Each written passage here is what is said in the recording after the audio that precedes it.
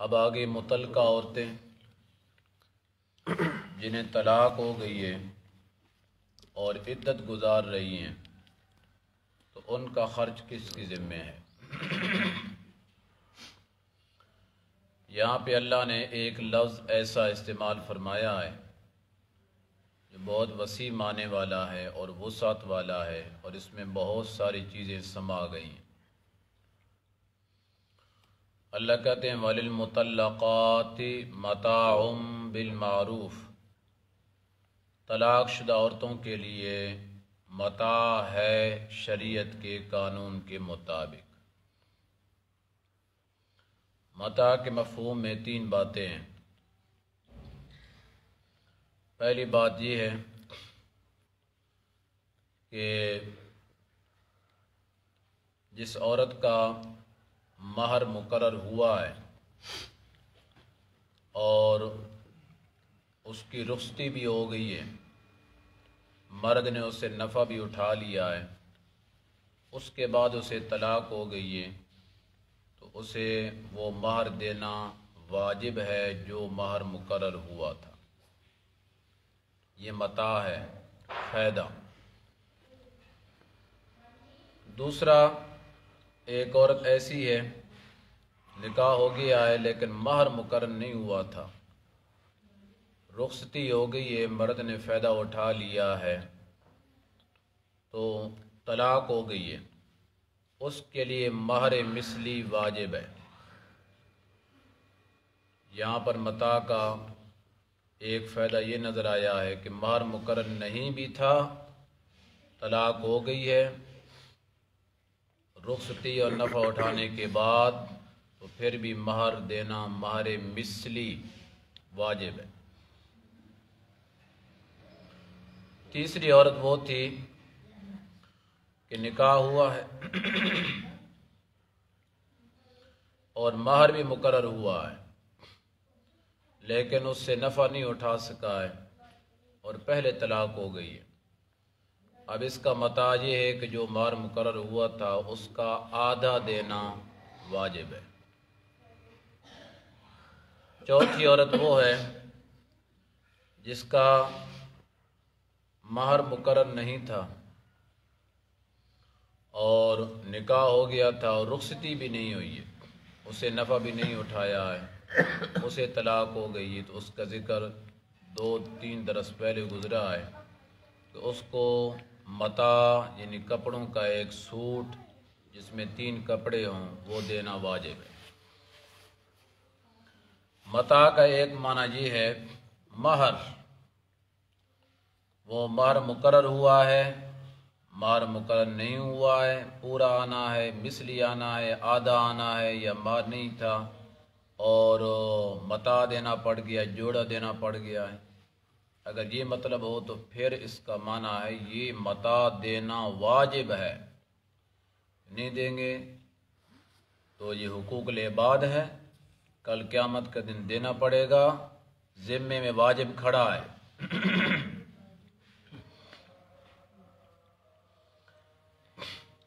دوسرا متاع کا معنی یہ ہے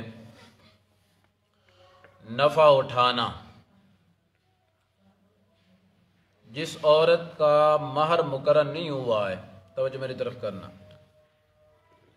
جس عورت کا مہر مقرر نہیں ہوا ہے اور نکاح ہو گیا، رخصتی سے پہلے اس کو طلاق ہو گئی ہے تو اس کے لیے متاع یعنی ایک جوڑا کپڑوں کا دینا واجب، اور اس کے علاوہ جو 3 قسمیں ابھی میں نے شمار کی ہیں، باقی عورتوں کو وہ کپڑے کا جوڑا دینا مستحب ہے۔ مستحب کا کیا مطلب ہے؟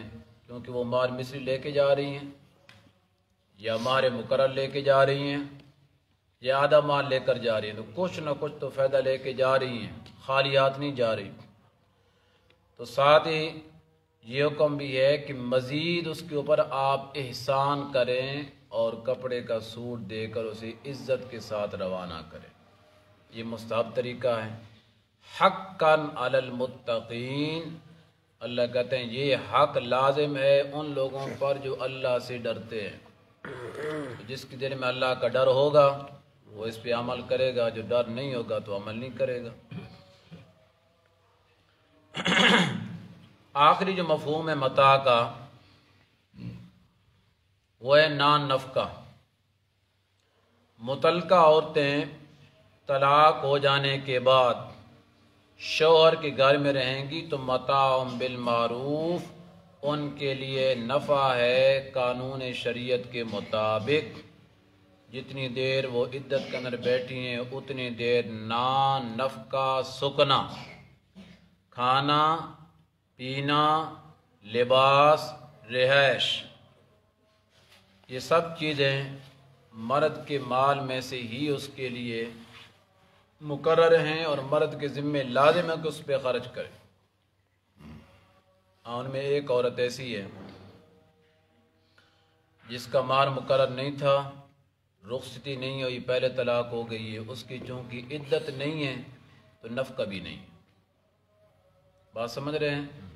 جس عورت کا صرف نکاح ہوا ہے، رخصتی نہیں ہوئی، ملاپ نہیں ہوا ہے، مہر بھی نہیں تھا، اسے پہلی طلاق ہو گئی ہے تو اس کی عدت نہیں ہے۔ جب عدت نہیں تو پھر نان نفقہ بھی کوئی نہیں ہے۔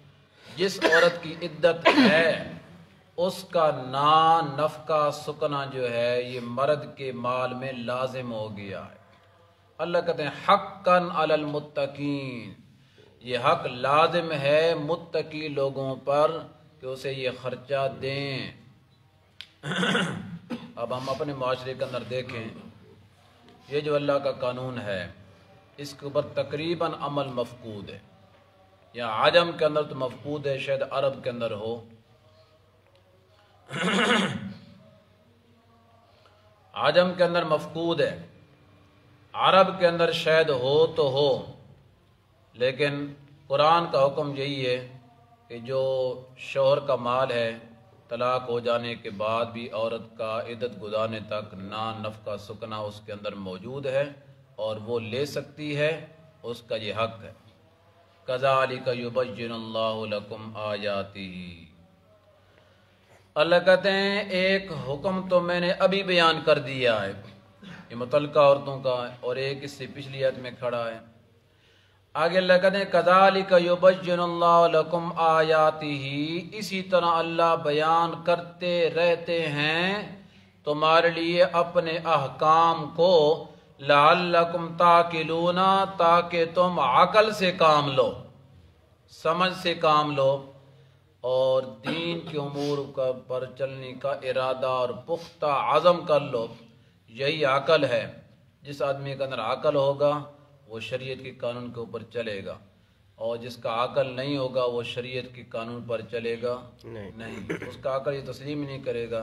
جب نکاح ختم ہوگا تو خرچے کا ہے کہ وہ تو پہلے دینے کے لیے تیار نہیں ہوتے۔ بعض آدمی تو ایسے ہوتے ہیں پہلے بھی خرچہ پیچھے سے لے کر رہنا میرے گھر کے اندر ہے۔ اللہ کہتے ہیں یہ قانون بیان اس لیے کیا ہے تاکہ عقل سے کام لو۔ ایک عقل سے کام لینا ہے، دوسرا اپنی بھی عزت کا خیال رکھنا ہے اور اپنی بیوی کی عزت کا بھی کیا رکھنا ہے، خیال رکھنا ہے۔ جب تک وہ عدت کے اندر ہے نا اس وقت تک اس کی نسبت پہلے شوہر کی طرف ہوتی ہے۔ عدت ختم ہو جاتی ہے تو پھر اس کی نسبت پہلے شوہر سے ختم ہو جاتی ہے۔ اب چاہے وہ آگے کوئی اور نکاح کرے یا نکاح نہ کرے، جب تک نسبت باقی اس وقت تک خرچہ بھی کیا ہے، باقی۔ یہ جو صرف عقد نکاح ہے، عقد نکاح کے ساتھ ہی تمام تر جو ذمہ داری ہے وہ مرد کے ذمے لازم ہو جاتی ہے۔ چاہے نکاح پڑھانے والا آپ کو یہ سمجھائے یا نہ سمجھائے کہ نکاح پڑھا جا رہا ہے، آپ کے اوپر اس کا کھانے کا خرچہ آ جائے گا، پینے کا خرچہ آ جائے گا، لباس کا خرچہ آ جائے گا، رہائش آپ کو دینی پڑے گی، یہ بتانا کوئی ضروری نہیں ہے۔ بغیر بتائے بس نکاح ہو گیا، سب چیزیں آٹومیٹک لازم ہو گئی ہیں۔ جس طرح چھوٹا بچہ ہے پیدا ہونے کے ساتھ ہی اس کے تمام اخراجات مرد کے ذمے لازم ہیں، یہ بھی قرآن کے اندر موجود ہے۔ جو مرد خرچ نہیں کرتا ہے تو وقت کا قاضی اور جج اس سے خرچہ زوری زور لے گا، یہ نہیں کہ جمتا جائے اور ڈالتا چلا جائے اور آگے اگلا کام شروع کرتا چلا جائے۔ جس طرح بچہ پیدا ہونے کے بعد خرچہ والد کے ذمے، نکاح ہو جانے کے بعد عورت کا خرچہ کس کے ذمے؟ سورے دے ذمے نہیں۔ ان لوگ سورے دے ذمے پائی کھڑوتے ہیں بھائی تم دے، ابا ہی دیں گے۔ ہاں ابا دیں، ابا کیوں دے گا؟ نکاح تیرے ساتھ ہے، جس کے ساتھ نکاح ہے اس کے ذمے لازم ہے، ابے کے ذمے لازم نہیں ہے۔ ابے کے ذمے جو خرچہ لازم ہے وہ تیری ماں کا ہے جس کے ساتھ اس کا نکاح ہے، جس کے ساتھ تیرا نکاح ہے وہ حق سارا تیرے ذمے لازم ہے، تو نے دینا ہے۔ تو اس سے پہلے خیال کرے نا، شریعت نے ایک حکم یہ رکھا ہے کہ اگر کوئی بندہ آزاد عورت سے نکاح نہیں کر سکتا، طاقت نہیں ہے، وہ لونڈی سے کر لے، اس کا خرچہ کم ہوتا ہے، اس کا خرچہ کیا ہوتا ہے؟ کم ہوتا ہے۔ وہ آقا کے پاس رہتی ہے، جب رہے گی آقا کے پاس تو کھائے پی گی ادھر سے، وہ کام تو اپنا چلاتے رہنا، جدھر رہے گی خرچہ اسی کے پاس ہے، یا جس کے پاس آ جائے گی تو پھر خرچہ اس کے اوپر آ جائے گا۔ جو خدمت اپنے آقا کی کرے گی، نوکری چاکری اس کی کرے گی، نکاح اس کے ساتھ ہوگا، تو جس کے پاس اس نے رہنا ہے اسی کے اوپر اس کا خرچ ہونا ہے۔ پھر مرد کے ذمہ اس کا خرچ نہیں ہوتا ہے، بس مرد کے ذمہ صرف استمتاع ہوتا ہے، نفع اٹھانا۔ وہ ہے لونڈی، لونڈی سے نکاح کرنا بھی سستا ہے، اس کے خرچے بھی کیا ہو جاتے ہیں؟ سستے۔ آج کے دور میں لونڈی رہی کو نہیں ہے، صرف آزاد عورتیں رہ گئی ہیں اور ہم اسی کے اندر پھنسے رہتے ہیں۔ پہلے اس معاملے کا خیال نہیں ہوتا ہے کہ نکاح کے بعد یہ ساری ذمہ داری آ جاتی ہیں، طاقت ہوتی ہے، نکاح کر بیٹھتے ہیں اور پھر سر کے اوپر ہاتھ رکھ کے بیٹھے ہوتے ہیں، ہائے کیا کریں، اب کیا بن گیا ہے؟ جو بن گیا ہے وہ بن گیا ہے، سو اب خرچ دینا کیا ہو گیا ہے؟ واجب ہو گیا ہے۔ یہ جو لکھوا دیتے ہیں نا نکاح کے اندر کہ اگر جھگڑا ہوگا تو اتنا خرچہ دینا ہے، وہ ٹھیک لکھاتے ہیں، یہ شریعت کے خلاف نہیں ہے۔ سن رہے ہو؟ وہ ناراض ہو گیا؟ جو لکھاتے ہیں نا وہ ٹھیک لکھاتے ہیں، خرچ ہے پہلے یہ وہ اسی کے بارے میں لکھا، جس کے بارے میں شک ہوتا ہے کہ یہ گڑبڑ کرے گا تو لکھوا دیتے ہیں کہ خرچ دینا ہے، ادھر رہے گی یا ادھر رہے گی، دینا ہے۔ جب لکھوا دیا دینے میں مجبور ہو گیا، دینا ہے۔ ساتھ بچوں کا بھی لکھا تھا، جب بچہ ہوگا تو پھر یہ خرچ ہوگا، ٹھیک ہے، بچے کا خرچ جو ہے باپ کے ذمہ ہے، اسے دینا ہے، تو وہیں پہ لکھوایا جاتا ہے جہاں پہ گڑبڑ کا اندیشہ ہوتا ہے۔ جہاں گڑبڑ کا اندیشہ نہیں ہوتا تو پتہ نہیں آپ میں سے جتنے بیٹھنے شاید کسی کا بھی نہ خرچہ لکھا ہوا ہو، چونکہ اعتماد ہوتا ہے تو لکھوانے کی کوئی ضرورت نہیں ہوتی ہے۔ جہاں پہ شک شبہ ہوتا ہے وہاں لکھوا بھی دے جاتا ہے، یہ لکھوانا بھی کیا ہے؟ جائز ہے۔ الحمدللہ رب العالمین۔